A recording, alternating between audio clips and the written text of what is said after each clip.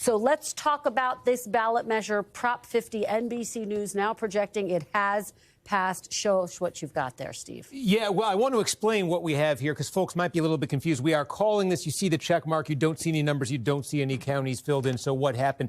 What happened is we took exit polls in all of the key states and in New York City tonight. In the exit poll on this proposition, the margin for yes was so overwhelming in the exit poll and so consistent with all of the data we had seen in the run-up to the election that our decision desk is going to call this based on that exit poll. I want to make it clear that's not an unusual practice. You probably don't notice it a lot, like on a presidential election night, but a state like California will be called like this. We don't tend to pay much attention to it on a presidential election night because we're in the middle of North Carolina and Georgia and Wisconsin and showing you results from all the swing states. But there are a lot of states out there that are very lopsided states, either Democratic or Republican states. And when you get an exit poll that really just confirms that, the state will be called that quickly. So that is what you're seeing happening here. Our decision desk has made the determination based on what they've seen in the exit poll and some other data that they can call this for yes right away. And again, we will start seeing big batches of votes come in here very shortly. All right. And Steve, Callie, go ahead. I just want to say one super interesting thing that's coming out of our exit polls here. And I know we want to get to California, but when you talk about this redistricting, when you talk about the exit polls, as Steve does here,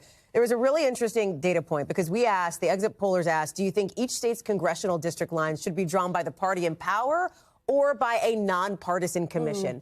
Overwhelmingly, look at this, 92% of people said it should be a nonpartisan commission. And yet, look at the breakout here, right?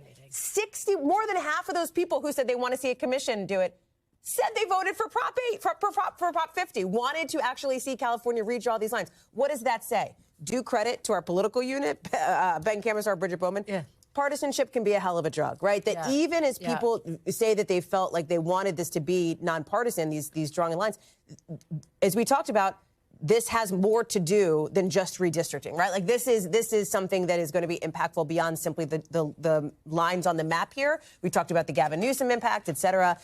It looks like California voters want to send a message here with this vote. Well, I'm glad that you bring that up, Hallie, because it is fascinating. And it was one of the hurdles. You talked about this being a risky move on the part of Governor Gavin Newsom. It was one of the hurdles that he faced, making this argument to essentially go around the independent commission and redraw the maps of California. I want to go back out to Liz Kreutz in California, because, Liz, part of what Governor Newsom was contending with was the idea that initially some top Democrats had historically been opposed to the idea of redistricting. That includes former President Obama, who then said, no, he supports what Governor Gavin Newsom was doing here in California because the game has effectively changed.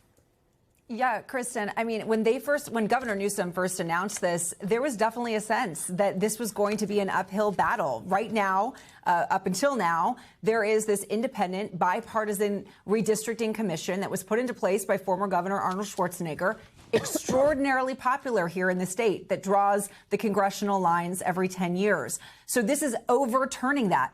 The big message here by Governor Newsom was that it would be just temporary. It's just for 2026, 2028, and 2030, and then it will revert back to this independent commission. He has stood by that. However, former California Governor Arnold Schwarzenegger says that he feels that's a scam. He has been adamantly against it. I'll toss it back to you, Kristen. We thank you for watching. And remember, stay updated on breaking news and top stories on the NBC News app or watch live on our YouTube channel.